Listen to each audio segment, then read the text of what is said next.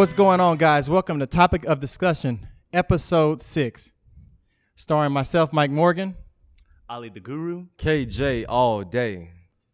And we have a very special guest once again, folks. Yes, sir. Mr. Tracy Ford. Let's go. Tracy. From Portland State, owner and CEO of Ford Sport Performance. Welcome, Tracy. What up, man? What up? I'm doing it for the people. Yes, sir. I like that. Yes, Appreciate sir. you. Yes, Appreciate sir. you. Yeah, thanks for coming. Yeah, absolutely. It's an honor to be here. Hopefully we can shed some light. Let's get it. Let's do it, man. The only way. what Let's I'm go. looking for. The only That's way. what I'm looking for. Let's get it, Tracy. That's the energy I like. Okay, for sure. All right, Tracy, so you're the owner of Ford Sport Performance, right? Right. And so we know that this place is one of the top gyms in America. Absolutely. And you've created that Yeah. from the bottom. Bottom.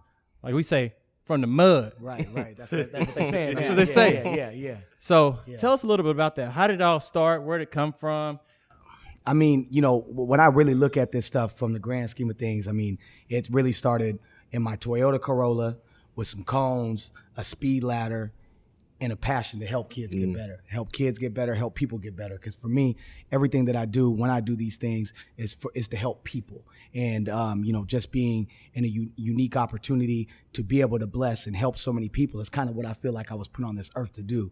Bellevue High School is hot. That was my alma mater.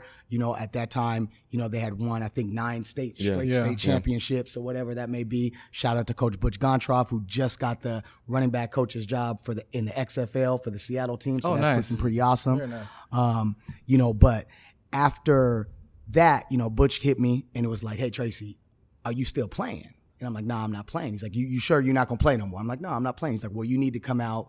You need to come out here and you need to train my kids. And I'm like, okay. So he set up a meeting with me at a Red Robin. That's his favorite little spot. He always with downtown Bellevue, Red Robin. So I meet up with him out there. And the biggest thing for him is what he said to me. He's like, Tracy, I know you're doing a lot of stuff down south. He's like, but there ain't no money down south. Okay. He's like, there ain't no money down south. You need to come up here on the east side. Nobody's really doing anything like this. And you need to train my kids, which at that time was one of the best programs in the country. And he was like, you need to utilize what my football program to build your personal brand. And if you do that, he kept pointing at this. He said, you got this. He's like, you got this. And I knew that since you were 17 years old. You got this. And I need this on my kids. He said, I don't want to pay my strength coach to come in the gym, write a workout on the board and leave. He said, we're playing Trinity of Texas next year, first game of the season. Euless Trinity, you're a Texas fan. You know what that looked like, And he was like, I want my guys to be prepared, and you're the only guy that can get them prepared. And I said, all right. And he was like, well, where are you living right now? And at that time, I was living in my mama's house. I was living in my mom's and dad's house, a grown-ass man with a kid living there. I'm like, damn, you know what I mean? Like, all right. And he said, well, the first thing you need to do, you need to come out here. You need to live in Bellevue. I'm like, okay, well, shoot, how am I going to do that? Like, I didn't spend all my money that I made in the CFL, all kids, 50,000 of it. That way ain't nothing anyways. But to me, a kid fresh out of college, that was the world to me, So I'm like, I ain't got no money. What am I going to do? He's like, oh, it's okay. I'm going to have you stay in one of the mother-in-law houses of one of the coaches. So you're going to be able to have free rent. You're going to be able to have free rent for the first, he said first 3 months. And here go this check. Here go this $5,000 check. And this is what you're going to do. This is what the money that you're going to get to train my team for the year. Oh, for the year. For the year. For the year. Okay. Yeah, let me get that straight. $5,000 for the year. Yeah. And I'm like, what am I going to do with this? He's like, you figure it out? Yeah. I'm like, all right, well, cool. I'm going to figure it out. Let's talk about this culture that you've been able to create. Right. Yeah. It's crazy. Now, man, I remember you were in that gym. Yeah. With the little fence around it. Yeah. It was small, man. Yeah. It was small. So you started from there. Yeah. Now you have one of the biggest facility in the Northwest, Pacific Northwest. Like, how are you able to create this culture? Like, you got Pro Bowlers, Bobby, KJ, all these guys are training. You got Bellevue High School, all these places. Like, how are you able to create that culture to make these beasts? Man, when I think about the culture, I think it's just the iron sharpens iron mentality, because, to me, I wanted to be the best. I wanted to be the best in anything I did. That's why I was so strategic with everything that I did. So when I looked at situations like what I was going to run into, I said, okay, I'm going to do this, and I'm going to create a culture that is based on A, competition, B, iron sharpens iron. So the first thing that I did is I said, okay, if I'm going to do this, I need to go get the best kids. Everybody asked me, well, what do I do to start? And I said, you got to go get the top kids. You got to go get the top kids and the top guys. That's what you do. And, if I can get the top players from a high school standpoint, and then they're going to go against each other, and that's that iron sharpens iron mentality, and you just continue to have that level up. But then, fortunate enough that, I ran into guys like you guys that probably thought I was crazy when I first started. The first time I showed up at Ford Sport in the little gym room, Shed invited me. Deshaun Shed, there he goes. one of our former teammates, he invited me in there, and the workout was ridiculous. I said, bro, I'm in the NFL. I'm not coming back. It was like, too much. one thing we gonna do is we gonna work. Yeah, I remember. Hollering. He's like, "What? Hey, I don't know about y'all, but one thing about me, I know how to work." I was like, I'm gonna say this dude Okay, on yeah, I'm out. that was my last time working out there. But then, finally, I came back. She was like, "Bro, man, you got to come back, man. Hey, he gonna lighten up a little bit. He's used to training high school kids, man, but he'll lighten up a little bit." And so I came back, man. Hey, so Tracy, so let me ask you this: at this point in your career, you train guys at all three levels: pros, college, high school. Absolutely. Do you find yourself coaching the levels differently? You know what I mean? Like, are you more harder on the pros and high school guys? How was that? I think so. With the pros, it's like, look, we don't need to do too much. You know what I mean? For us, we just want to make sure we're mobile, stay healthy, and all that other stuff. But in the college guys, when they're getting ready for the draft, I got to go be a little harder on those guys because y'all have absolutely no clue what y'all about to walk into in the multi-million-dollar business that you walking into. So if you're not ready, then that's on me. And in the high school kids, that's when it's created. When you talked about creating the beast, is the high school kids, that's where it's created. If we don't create that mentality and have that killer instinct right then you know what I mean? We're wasting each other's time right here. So I think the biggest thing is telling these kids half the time what they don't want to hear is what helps these kids, because you run into a lot of kids that, someone's telling them how great they are. They'll be in middle school and they've been so great in Little League their whole life. And they come up to us and it's like, there's a lot of dudes like you. Like you ain't you in a little city of Federal Way or a little city of Tacoma. Well, this is just the broad. Now you got to be around the top kids in the state, and that ain't even including our little small state up in the north. You know what I mean? That's have to compare to the country. So I think when you ask about the differences is when they're in high school, you've got to really in 8th grade, because that's when we really start.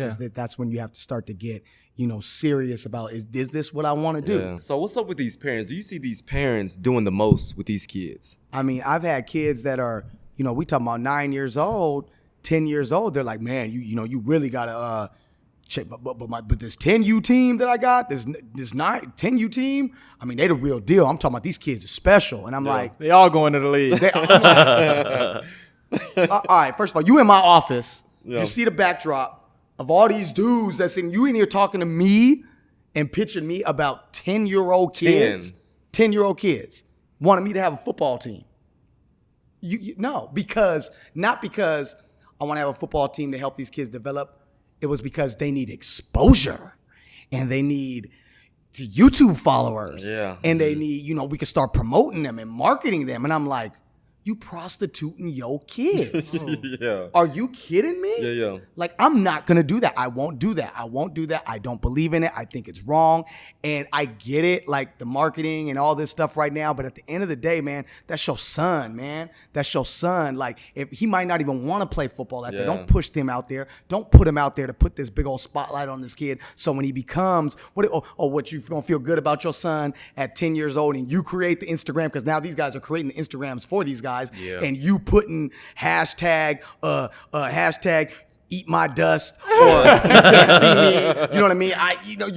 That kid can't write that. You talking about in his profile, God first, football first. He is 8 years old. He did not write that. That's ridiculous, man. That's ridiculous. That's ridiculous. It's ridiculous. How do you handle those parents? You keep it real with them? We keep it all the way real. Keep it real. We keep it all the way real. We keep it all the way 100 with them. And it's just like, no, you don't need to do that. And some of them don't want to listen. Some of them like, no, we need to do this. We need this. Like, look, man, if your kid is good, he gonna get noticed, especially when he get to 13 years old, 14 years old. He gonna get noticed, man. Like, we don't need to start this hype train on these kids right now, because I think, even getting even more intellectual with it, it's like, man, you see the suicide rate on some of these athletes and some of these kids, and it's getting younger and younger. You got kids in college that is committing suicide because they've had this freaking pressure. Yeah, so much pressure. A lot of pressure. You know what I mean? No pressure. Don't pressure your kids to just let them go. And again, I got kids at that age. I got a 7-year-old son, and if this is pressure, I watched him at track practice yesterday, and he got in the car. I was mad because I was mad. I watched him at practice, and I was mad. He quit. He quit on a run. He didn't finish.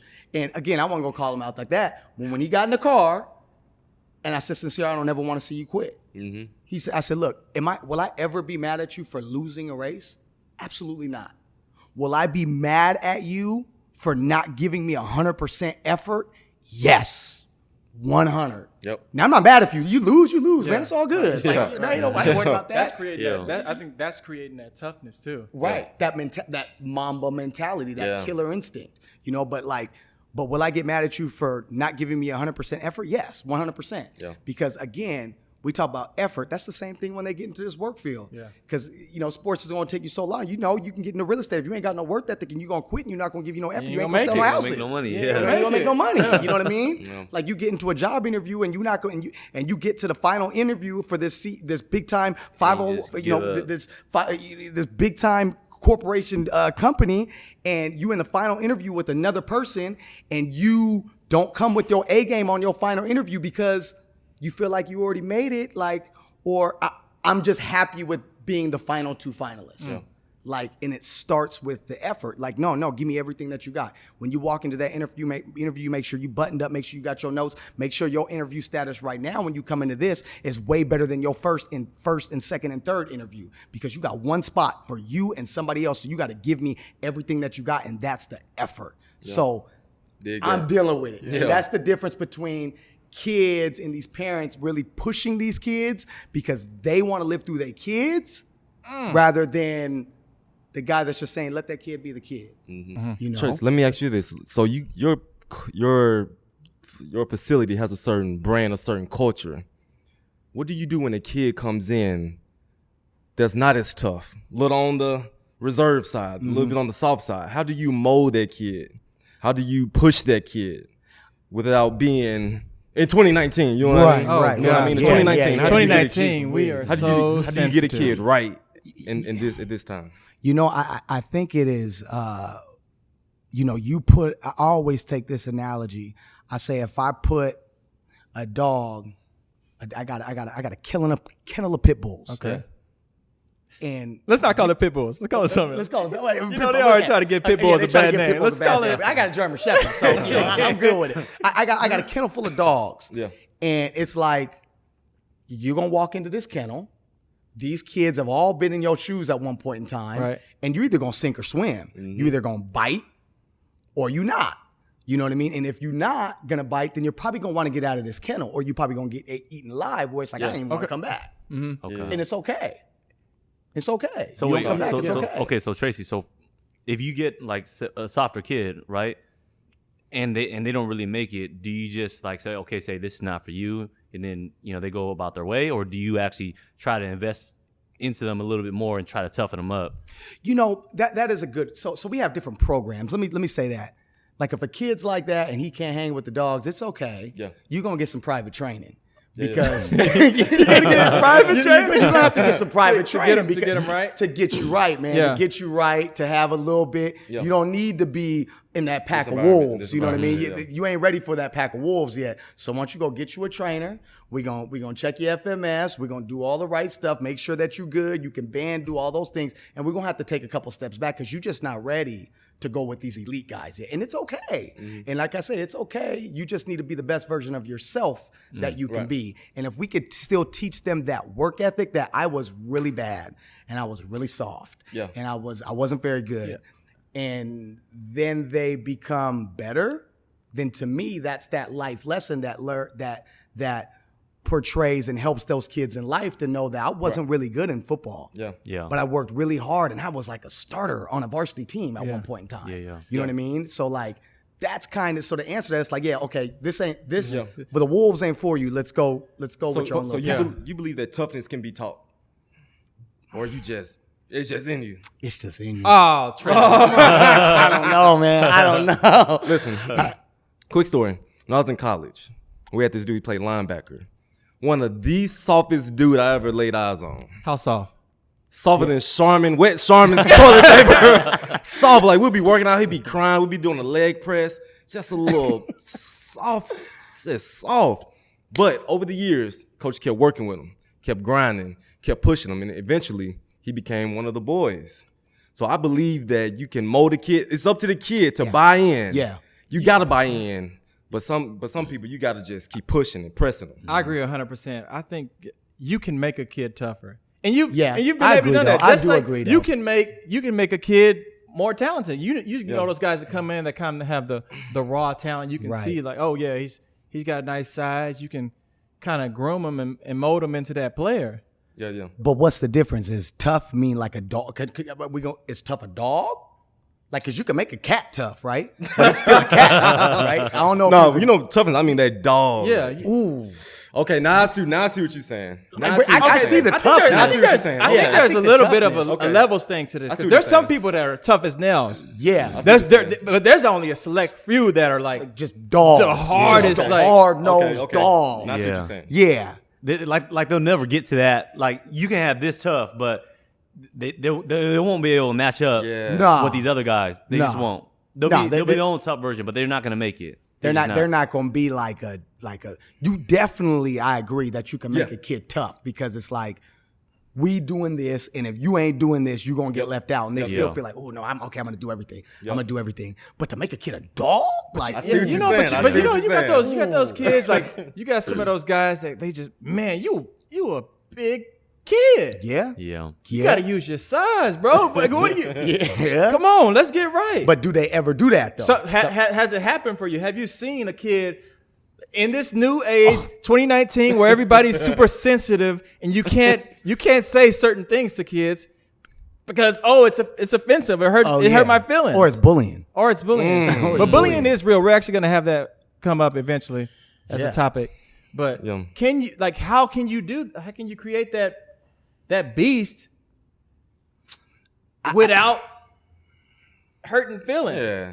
Because you know, Man, you gotta hurt them feelings. You gotta hurt their feelings. You gotta hurt their feelings. That's the only how way you they toughen part gonna of them up. realize. growth. Yeah. That's You the gotta only way hurt they their gonna feelings. realize. You gotta toughen them up. You make be like, You man, gotta you toughen 'em soft. You acting like a little punk right now. Oh, See, yeah. and the thing is, if you don't tell them, someone else is gonna tell them, and that's when the Yeah, feelings and really when gonna the real hurt. world hits you. Yeah, it's gonna really hurt you. But you actually care about the kids, so Right. if you tell them, it's different. You know, it's because I'm telling you because I care about you. You're gonna hear this from someone else who don't care about you, who's just trying to put you down. Yeah. So you gotta So, toughen them so up. Tracy, how have you seen a guy that's just super talented? How far can just talent take Oh, you? yeah. Can that just take you to the top? And be real about this one because a lot of people got it twisted.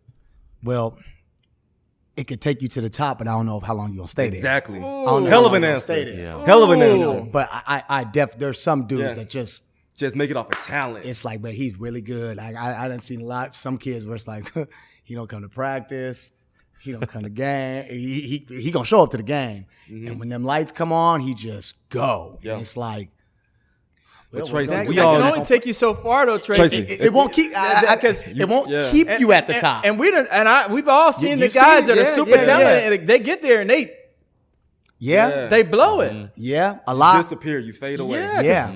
I like a lot of guys, they, like especially these top recruits, they go in with this mindset of like I'm the best, I'm a beast, and then all of a sudden, like everybody else, when you go to college, everybody's good, Right. When you go to these elite high schools, everybody's good. Yep. So how can you you got to be able to go when it's time to go? Like that talent's only gonna get you so far.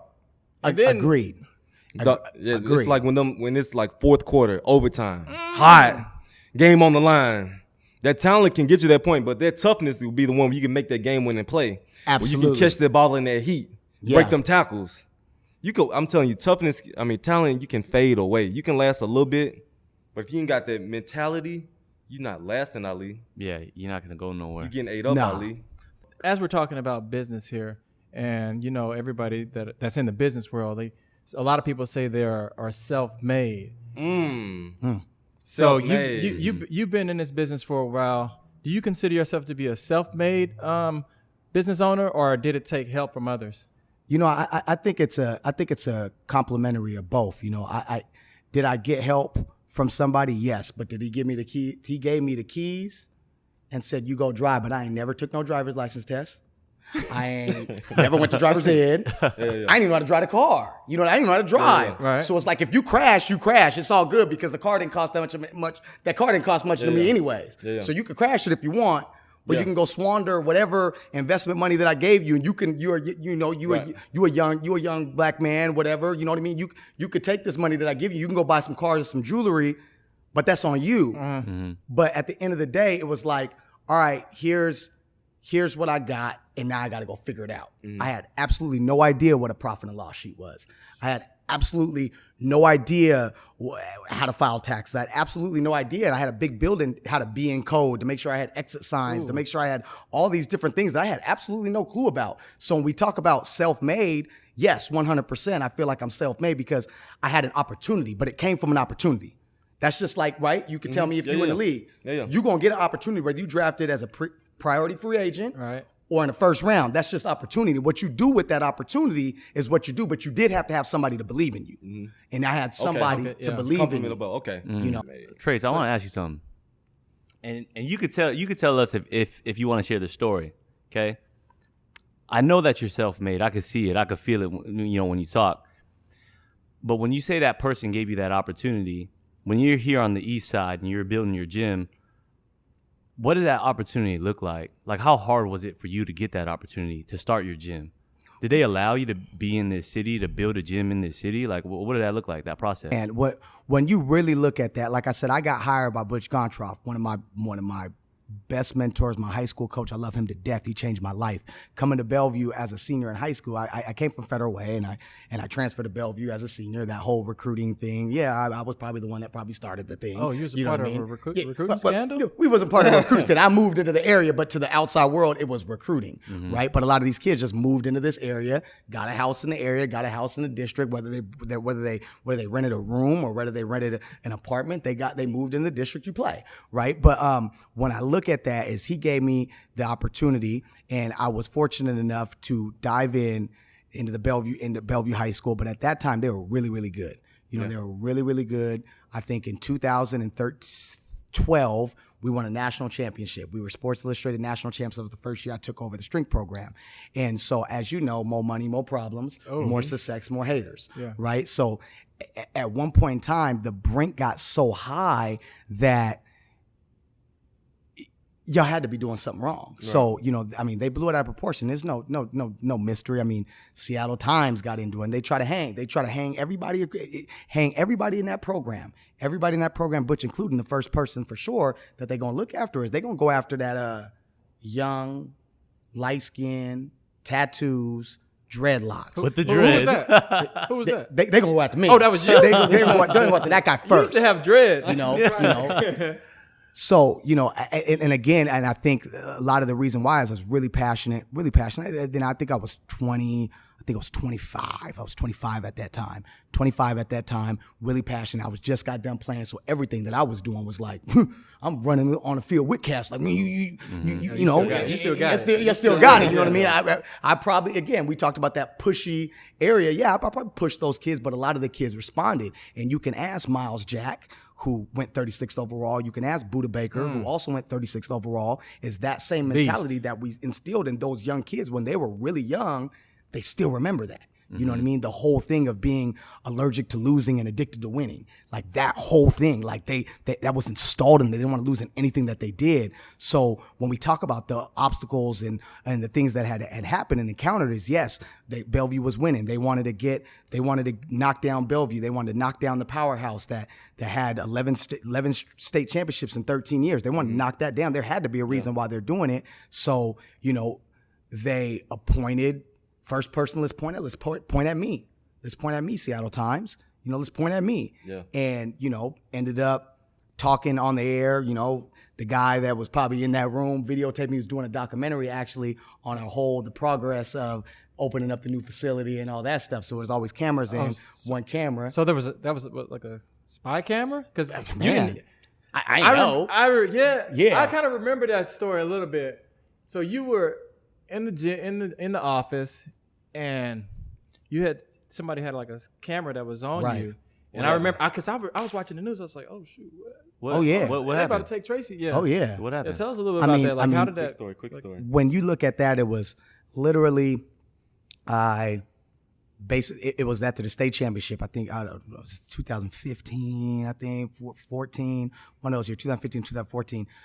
Bellevue High School had lost the state championship, and we had a meeting with, in high school football, at Bellevue football, the culture was so tight, you know what I mean? Yeah, so yeah. it was like, we're going to have a team meeting, because we just lost. We ain't lost in 4 years, it's X amount of like years. a round table, yeah. Literally, we didn't even lost a game. There was a win streak. They ain't lost a game in 5 years, you know what I mean? So it's like, they lost, they know why they lost, you know what I mean? So we had to have a meeting, and we had to talk about how this went down, and again, I was always so real, and I had said,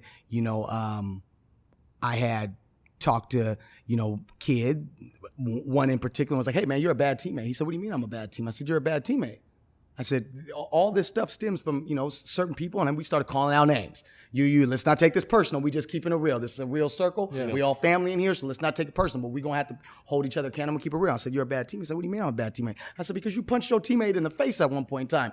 That's why you a bad teammate. It got really escalated, and I was actually telling the story to some of my colleagues in the gym, thinking that, I'm just in the gym talking. And yes, I used some profanity into that, the mother F's and you know what I mean, But at the end of the day, the message was very clear, the message to this young man was, you think that you are the best thing since hot grease, right? Yeah. You think you're just the best thing ever. Because why?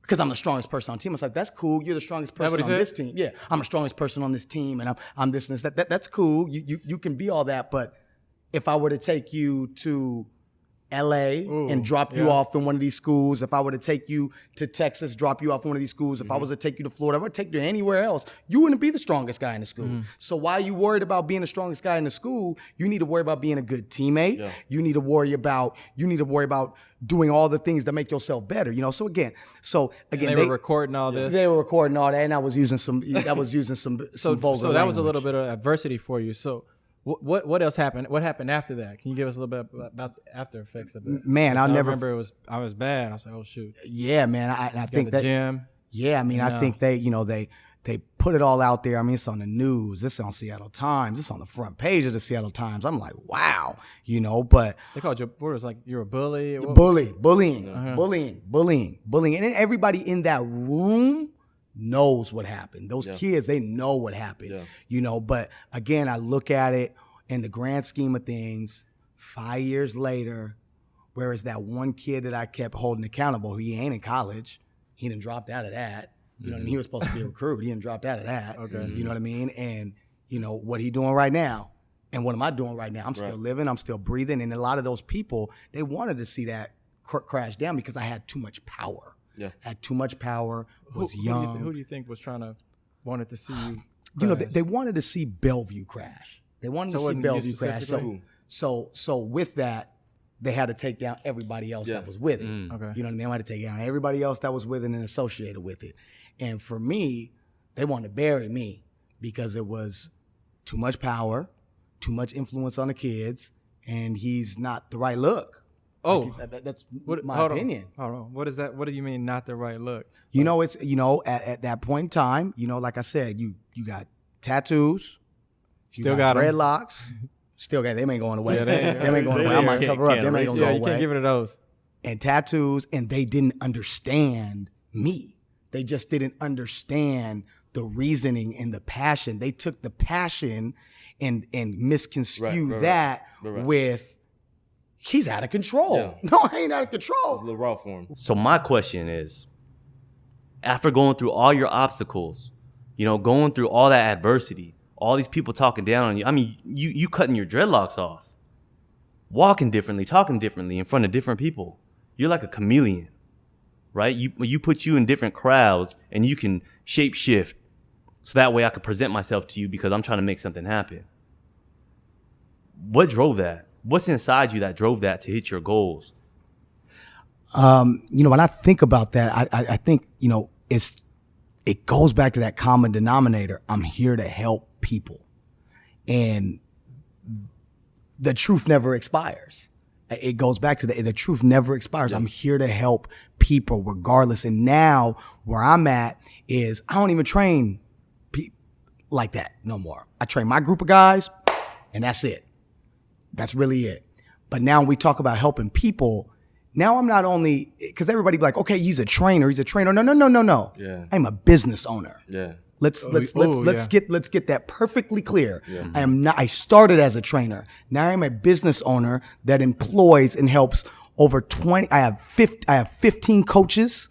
I have 5 administrative staff, and I help employ these people to help feed their family. At the same time, taking an internship program that now has over 10 interns that will intern just this summer to help give them the knowledge to understand that this industry is not easy, cool, and fun. Just make this look really, really easy. But it's not that easy. Like, there's a lot of work that goes in between it, from the marketing and promoting and directing and things of that nature to actual program design, of actually designing a training program that's quality, that can serve and give results. And that's the product, because everybody gets this thing confused. They try to build these things and they do it all backwards. And I look at the 3 things that you talk about building a business. Well, the first thing is you got to have product. You got to have product.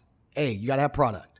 And after you have product, then you got to create your brand. Yep. Then you got to create your brand. Yep. Then after you create your brand, then you got to create your team. Then you got to get your team together. And after you get your team, then you build the empire. Yeah. But everybody starts to do these things and they do it backwards. Yeah. They create their brand first. They create the brand. You have no product. So FSP can die tomorrow, and I can still go and I can go train 20 guys at the field at $100 a pop for an hour. And I'm gonna go take that money, cash, tax free, and I'm gonna go make some money, and I'll be okay. Tax free, cash transactions. I'm out because I have product. So a lot of people, like I say, they get in this industry and they do it backwards. They try to brand first. They build their brand first. I'm literally watching people with clothing lines and clothing line of X, Y, and Z fitness. And I'm like, y'all, you creating a clothing line before you, and I'm watching you do burpees and all types of other stuff to athletes that I wouldn't even think about doing. You have no product, brother. Right. Like, you have no product. What are we doing here? You know what I mean? And then they try to build a brand. We're going to follow this movement. We're going to follow this movement. That's all for the show. That's all for the flash. That's all for the gram. Like, it goes back to that, man. You're going to have more Twitter followers and all this other stuff than you got money in your bank account. You know what I mean? Like, what we talking about right now. I ain't heard that one. So. Tracy, starting a business is hard. Absolutely. We can all agree to that. Yeah. Why didn't you just go and work for somebody? Why did you want your own? Why didn't you just go and work for somebody? I don't even know if it was a deal that I just got into this, I just want my own stuff. No, I felt like I had a gift. I had a passion, and I was built for it. So it was never a mindset of, I go work on my own, because that's the other thing that everybody sees right now is entrepreneurship. Mm-hmm. They think that they're too good to have to work for somebody else. Mm-hmm. It's okay. It's okay to work for somebody else. It's perfectly fine. You know what I mean? But they get this mentality of entrepreneurship, and I don't want to work for this person, and they don't really truly understand that it doesn't matter as long as you're doing what you love to do and you want to do and you're able to pay your bills. It doesn't matter who you work for. Yeah. Like, it doesn't matter. But a lot of people get this thing twisted because Gary Vee done made it so cool to be an entrepreneur. And you don't need to do, you know what I mean? Everybody want to be an entrepreneur. Just have that name. And you could be an entrepreneur in your own way. Like I said, you could be an athlete and get into the sales field and really just crush it. Yeah. And really crush it. And are you still self-made like we talked about? Right. Absolutely. Someone just gave you that opportunity and you use your skill set and did that. Do you work for somebody? Yeah. But are you actually now managing other people and doing things? Yes. And that's perfectly okay. So to know that, did I come into this thinking that I want to work for myself. No, I just knew what I wanted to do, and I had passion for what I do, and I loved it, and the truth don't expire. So that's what I wanted to do. And that ended up making a living for myself, where it's like, dang, this is pretty cool. And I look back and it's like, this is pretty cool to do what I love to do and I want to do for a living. But at the same token, I wanted to train at first. Now I'm doing P&Ls and budgeting and budgeting for the year and budgeting on event cost and coming up with programs outside of that. So it's like, it was a whole dynamic that goes into it that I never thought I would have to do, or I could actually do, that led from the passion of helping people. Yeah. Mm-hmm. Yeah. Tracy, how big can you take this? Where do you see this 5, 10 years? Is there an end goal, or yeah? What's next? I think when we talk about the end goal, I would like to have, a place in, like, I would want to start in franchise and help other gym owners get off the ground. Yeah. To get off the ground and me and my guy Wright Razor, that's one of my business partners, my brother, and he's freaking awesome. And just being able to consult with a lot of these people and gym owners and say, hey, this is what you need to do. This is what you could do. But at the same time, be very, very honest that this is not an industry that makes a whole bunch of money. Mm-hmm. So if you're thinking that and you have the tools and access to things to do outside of that, go do that and invest into something that you can invest into it, but I wouldn't go do that because it's not an industry that makes a whole bunch of money. Mm-hmm. And it doesn't happen fast. Yeah. And it does not happen fast. So when I look at that, of where it can go, as I see a lot of, franchising and building a duplicable, a resellable product to be able to franchise a lot of different other gyms and kind of get into more of the corporate style of gyms, but still keeping that same niche of sports performance. But again, that, it takes a lot. It takes finding the right people. And what I've learned is finding the right people is very, very hard to find. Mm-hmm. So, but when I look at this, I just want something for my kids. When I'm done, is my kids can take over this and they'll be fine. Yeah. And that's my main objective. Is I'm not trying to get rich off this. I want to just take care of my family, take care of my kids, and when my time passes, my kids can have something in their name that they can take over, and it'll be smooth sailing for them. And the building's already set up. Yep. Okay. I like that. Like you said, it's not easy, but a lot of people look for that instant gratification. Can you talk to people real quick about it's not easy? You can't. It doesn't happen overnight. Just talk about instant gratification and giving that shit up. It takes work. I think that it's the social media part of it. I talk about it. It's the social media part of it. It's like everybody walks in and they want to be a trainer.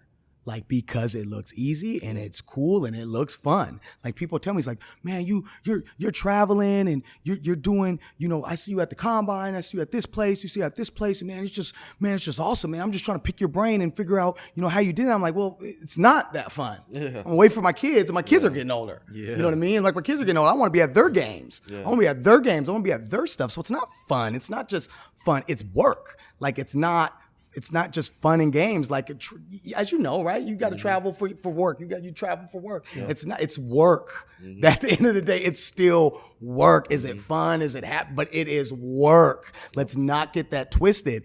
And I think that people want that so bad, but they don't really understand the outlying factors of what behind it. Like, you're away from your kids, you know? And I think this is where it's at, is like a lot of these people, and I watch it with my own two eyes, is they start out, they got a gym, they got all this stuff because they got a little bit more time on their hands. They're not really making a lot of money because they training a lot of these cats for free anyways, just to try to build up their brand. And then, about 4 or 5 years pass on and you still doing that same thing. And guess what? You start to have kids. Mm-hmm. And guess what? Little Billy can't eat them weights. He can't eat them Instagram posts. So now you got to start making some money. You know what I mean? And then they start phasing out. I'm like, you know what? This one ain't for me. Okay. Let me start going into really working because let me go get a real job. You know what I mean? Because little Billy can't eat them Instagram likes. You know what I mean? I get it. You got 2,500 Instagram likes on that picture that you posted with some high school kid or maybe even an NFL guy that you got and that you posted up in there. But that 2,500 likes don't equal to $2,500. Okay. And your kid need food and he needs shoes and he's playing sports. Don't let him get into select sports. You know what I mean? Because then that really costs money. Yeah. And then they have that reality sets into them really fast and they fade out. Man. You know? Man, I wish we could keep going, Tracy, but we got to end this thing, man. Oh, yeah, it's been real. It's been real, Kat. Yeah, it's been real. Yeah, absolutely. Yeah. Guys, we appreciate you all for watching. Topic of discussion. Thank you, guys. Make sure you subscribe, follow, retweet, leave a comment, all kind of stuff. Thank you, guys. Thank you. Have a good one. Peace.